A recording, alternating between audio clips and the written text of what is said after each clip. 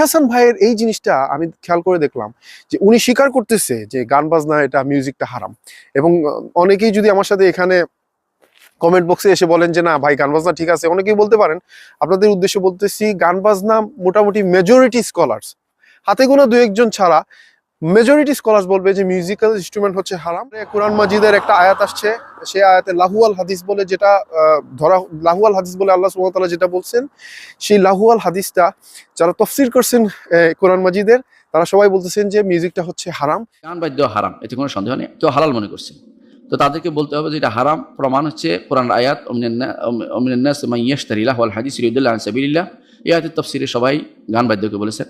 এবং রাসূলুল্লাহ সাল্লাল্লাহু আলাইহি সাল্লামের একটা অথেন্টিক হাদিসে এরকম আসছে যে তিনি 4টা জিনিসের কথা বলছেন, যে এই 4টা জিনিস হারাম জিনিসকে তার একটা উম্মাহ একটা সময় এসে হালাল বানিয়ে ফেলবে, এবং সেখানে তিনি মিউজিক ইনস্ট্রুমেন্টসের কথা বলছেন।